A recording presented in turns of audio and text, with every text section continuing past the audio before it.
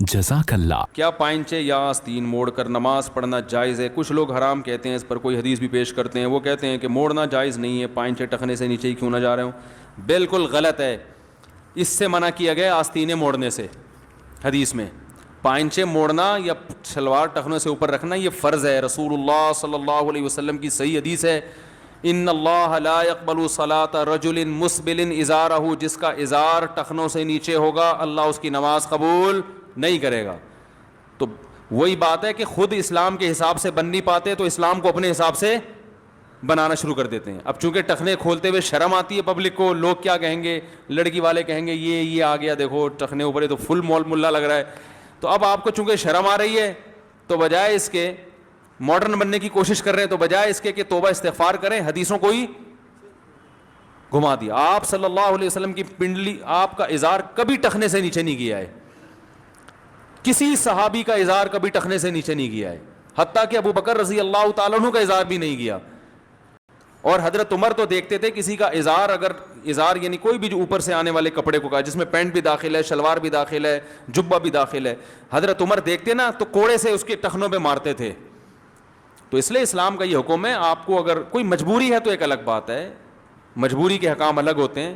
بعض دفعہ آفس میں مجبوری ہوتی ہے، وہ ڈریس وہ یعنی باس کی طرف سے اجازت ہی نہیں ہوتی، وہ جاب سے نکال دے گا. یا آرمی میں بعض دفعہ فوجیوں کو ضرورت ہوتی ہے کہ وہ تو ہر مزاج کا آدمی نہیں ہوتا نا، تو وہ جاب سے نکال دے گا. ایسی مجبوری کے احکام الگ ہیں، لیکن نارملی کسی کے لیے اس کی اجازت نہیں ہے. تو یہ ایک اس دور کی بدعت ہے کہ اس طرح کا ایک فتویٰ آج کل چل رہا ہے کہ فولڈ نہیں کرو، تو فولڈ کرنا پڑے گا آپ کو. باقی آستینیں نہیں موڑ سکتے. اس میں بھی علماء نے حد بیان کی ہے کہ آستینیں موڑنا نماز میں اس لیے منع ہے کہ انسان کی جو ہیئت ہے نا، نماز میں جو عرف میں جو ایک ہیئت لوگوں کے لیے قابل قبول ہو، نماز میں اس کو چینج نہیں کر سکتے. جیسے کوئی الٹی قمیض پہن کے نماز پڑھے، تو اس لیے علماء کہتے ہیں کہ آستینیں اگر کوہنیوں سے نیچے نیچے موڑ لے تو بھی غلط نہیں ہے، کیونکہ اس سے ہیئت چینج نہیں ہوتی، بلکہ یہ رواج ہے. کوہنیوں سے اوپر کا رواج نہیں ہے، تو وہ ایک عجیب سا لگتا ہے نا.